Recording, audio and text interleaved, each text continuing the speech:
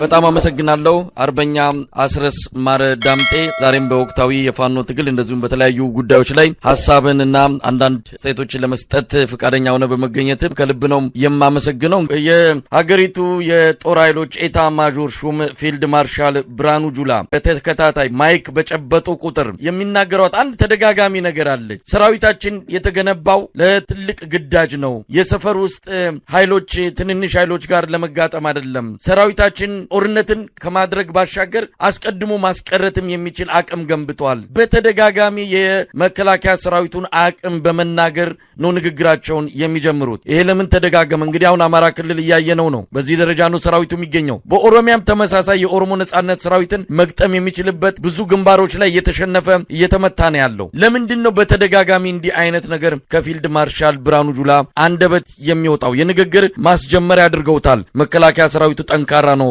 የሚለውን የተለመደ ነው። ጦርነት ከጀመረበት ጊዜ ጀምሮ እንዲሁም ከዛ ቀደም ብሎ በነበረው በትግራይ ጦርነት ጊዜም ብርሃኑ ጁላ የሚናገራቸው ነገሮች እንደ ቁም ነገር ወስዶና እንደ አጀንዳ አድርጎ ለመነጋገር ትንሽ አስቸጋሪ ነው የሚሆነው። እንደው ምንም ቦታ ሳንሰጠው እንዳናልፈው ይሄ ሰው የሀገሪቱ የሚሊተሪ ቁንጮ ላይ ያለ ለዛውም የፊልድ ማርሻልነት ማዕረግ ሳይገባው የተከናነበ የጦሩ አዛዥ በመሆኑ ምክንያት ነው እንግዲህ አስተያየት መስጠት ያለብንም የሚያስፈልገው። በአጠቃላይ ከሰሞኑ ንግግሩም ከአጠቃላይ ሁኔታው የምንረዳው ነገር እንዳነሳውልህ የሰራዊቱ ወታደራዊ ቁመና ሙሉ በሙሉ በጣም አስጊ ደረጃ ላይ በመሆኑ ምክንያት ያንን በሞራል መገንባት ይፈልጋል። ለህዝቡ ኮንፊደንስ መስጠት ይፈልጋል። አዚፍ ልክ እንደ ጤናማና ለሀገር ብሔራዊ ጥቅምና ኩራት እንደቆመ ሰራዊት አድርጎ ማሳየት ይፈልጋል። ላለፉት 7 ዓመታት ይሄ በመከላከያ ሰራዊት ስም የተደራጀው ኃይል ለኢትዮጵያ ብሔራዊ ጥቅም አንዲትም ጥይት ተኩሶ አያውቅም። የትኛውም የኢትዮጵያ ጠላት ጋር ተዋግቶ አያውቅም። በሁሉም አቅጣጫ የኢትዮጵያ ድንበር ቴሪቶሪያል ኢንቴግሪቲ ሶቨርኒቲ ሲነካ፣ ግዛቷ ሲቆረስ ሲወሰድ፣ ህዝቧ ላይ ኢትዮጵያ ህዝብ ላይ በደል ሲደርስ አንዳችም ነገር አድርጎ የማያውቅ ሰራዊት እንደሆነ ይታወቃል። አብይ አህመድ ስልጣን ላይ ከወጣበት ጊዜ ጀምሮ በአንድም እንኳን ኢንሲደንት ለኢትዮጵያ ብሔራዊ ደህንነት ወይ ለኢትዮጵያ ብሔራዊ ጥቅም ሰራዊቱ ተዋግቶ አያውቅም። ከዛ ይልቅ የራሱን ህዝብ ለመጨፍጨፍ በኦሮሚያ፣ በአማራ፣ በትግራይ፣ በሌሎችም አካባቢዎች በርካታ አሰቃቂ ወንጀሎችን የፈጸመ የዘር አጥፊ አገዛዝ ጉዳይ አስፈጻሚ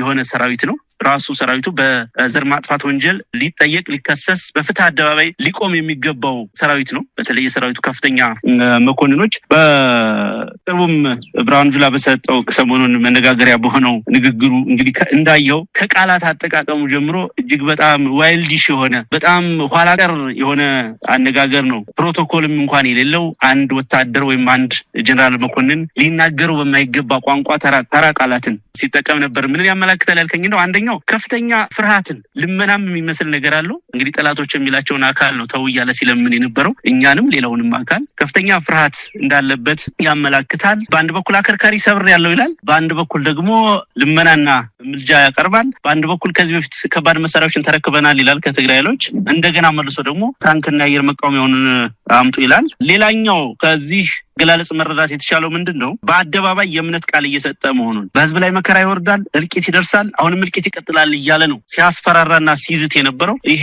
በእርግጥም ሰራዊቱ የሽብር ተግባር የሚፈጽም ወይም ደግሞ በሽብር የራሱን ፖለቲካዊ ፍላጎት ማስፈጸም የሚፈልግ ኃይል ጉዳይ ፈጻሚ መሆኑን በአደባባይ የመሰከረበት የእምነት ቃል የሰጠበት ነው። ወንጀለኛ አርሚ መሆኑን በአደባባይ እየመሰከረ ነው ያለ። እልቂት ይወርዳል፣ መከራ ይደርሳል፣ ስቃይ ይደርሳል እያለ ነው። ያለፈውን ስቃይ ያለፈውን መከራና በህዝብ ላይ የደረሰውን ሰቆቃ በግልጽ እየመሰከረ ነው። ወደፊትም ሊደርስ የሚችለውን እያመላከተ ነው። በሌላ በኩል ከብርሃኑ ጁላ ንግግር መረዳት የሚቻለው እነኚህ ሰዎች በትክክልም ደጋግመን እንደምንናገረው ሀገር ጠል ሀገር አፍራሽ መሆናቸውን ነው። በኢትዮጵያ የመከላከያ ሰራዊት መኮንኖች ታሪክ የትኛውንም የፖለቲካ ቡድን የትኛውንም ህዝብ ከሀገር ተገንጠሉ ብሎ የተናገረ የመጀመሪያው ኢታማጆር ሹም ነው እንግዲህ ብርሃኑ ጁላ የሚሆኑ ማለት ነው። ራሱ ምርኮኛ የተደረገበት ውጊያ ጎብዬ ላይ ይመስለኛል የተማረከው ያኔ በኢህአዴግ ወይም ህወሓት ኃይል የሰለጠነው እንግዲህ በተለምዶ የደርግ ሰራዊት የሚባለው የኢትዮጵያ መከላከያ ሰራዊት አባል ሆኖ በዛን ጊዜ 10 አለቃ የነበረ ግለሰብ ነው። ግለሰብ በዛ ኦሪንቴሽን ያደገ አይደለም ያለፈ በማይመስል ሁኔታ በርካታ ጀነራሎችና መኮንኖች ኢትዮጵያ እንዳትገነጠል እንዳትበታተን የኢትዮጵያ ዳር ድንበር ተከብሮ እና ታፍሮ እንዲኖር ዋጋ በከፈሉ ከፍተኛ መኮንኖች ወንበር ላይ የተቀመጠው ብርሃኑ ጁላ ተገንጠሉ ብሎ በይፋ ሀገር እንዲበተን ጥሪ ያቀረበ ግለሰብ ነው። ከዚህ በፊት አዳነችን ጨምሮ ሌሎቹ እንደዚህ አይነት ንግግሮች ሲናገሩ ነበር። እንግዲህ ብዙ ነገር ልንል እንችላለን። በአንድ በኩል ድንቁርናም የታከለበት ዘመናት ምናልባትም ለ3000 ዘመናት የኢትዮጵያ አካል የሆነን ህዝብ እና አካባቢ በሱ ንግግር እንደሚገነጠል በሱ ንግግር ሀገር እንደሚቀጥል አድርጎ ማሰብ ህዝብን መናቅ ሀገርን መናቅ እብሪትና ድንቁርና የተሞላበት ነው ብለህ መግለጽ ይችላል። ህዝቡ ምን እንደሚያስብ ህዝቡ ስለራሱ ምን መወሰን እንዳለበት ይሄንን እንኳን እድል የማይሰጥ እሱ እንደፈለገ እንደሚያዝባቸው ወይ በዙሪያው እንዳሉ አጃቢዎቹ ወይ እንደሚያዘው የሰራዊት አካል አንድን ማህበረሰብ ዝቅ አድርጎ በማየት በዛ ደረጃ ፍረጃ ማስቀመጡ በእጅጉ የሚያሳዝንና ሀገሪቱ ምን ያክል አደጋ ውስጥ እንዳለች ምን ያክል አጥፊ አገዛዝ እየተጫወተባት እንደሆነ የሚያመላክት አደገኛ ንግግር ነው።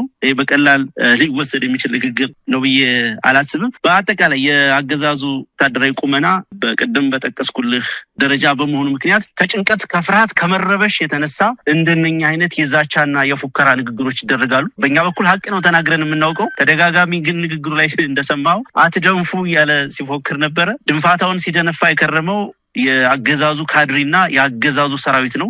ብዙ ማሳያዎችን ማመላከት ይቻላል። አንዴ ገዳም ውስጥ ናቸው፣ አንዴ ዋሻ ውስጥ ናቸው፣ አንዴ ሸለቆ ውስጥ ናቸው፣ አንዴ 10% ቀርቶናል፣ አንዴ እየለቃቀምን ነው፣ አንዴ ቀበቶ ጭምር እናስፈታለን ተብሎ የተፎከረበት ሰራዊት የተፎከረበት ውጊያ ዛሬ ላይ በመከላከያ ሰራዊት ስም የተሰራጨው ይሄ አርመኔ ሰራዊት በየጥሻው እየተባረረ በየጥሻው እንደበግ እየተነዳ እየተማረከ የተሸከመውን ትጥቅና መሳሪያ ለወገን ኃይል እያስረከበ የሚፈረጥጥ አርሚ ነው የሆነው። ነባራዊ ሁኔታው ይሄ ሆኖ ያለ አትደንፉ በሚልበት የድንፋታ ፉከራ ብርሃኑ ጁላ ግን የሞራል የበላይነት ለመውሰድና ፕሮፓጋንዳ ብልጫ ለመውሰድ ከፍተኛ ጥረት አድርጓል። ቁም ነገሩ ግን ፕሮፓጋንዳው አይደለም። ሰዎቹ ምን ያክል ለኢትዮጵያ አደገኛ እንደሆኑና ሀገር ለመበተን ምን ያክል የሞራል ዝግጅት እንዳላቸው እና ምን ያክል እዛ ደረጃ ላይ እንደደረሱ መታሰብ አለበት።